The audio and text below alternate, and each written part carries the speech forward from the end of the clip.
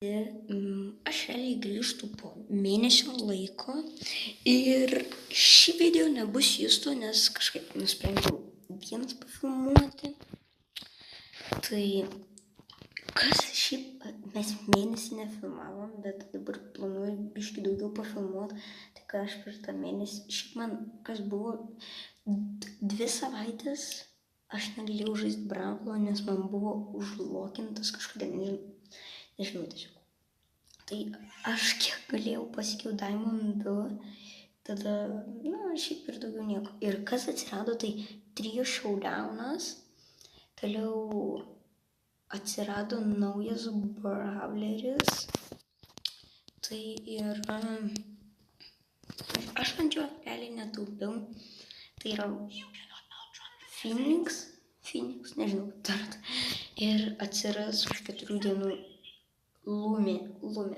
Aš ant jos gal ir taupysiu.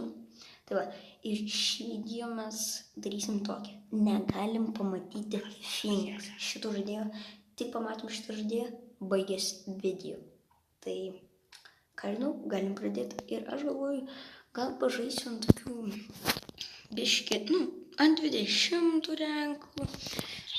Tai va, pirmas bus Drako. Čia mano 20 renkas. Noriu, gal 25 norėčiau, aišku. Ir tai va, tikiuosi iškart nepamatysim Phoenix. Yra Phoenix. O, gerai. Aš nenoriu, kad būtų minutės ar 2. Tai aš bandysiu tiesiog kažkaip nepamatyti jos. Kodėl mūsų Roso kempina tiesiog. O ne, okei, bazas.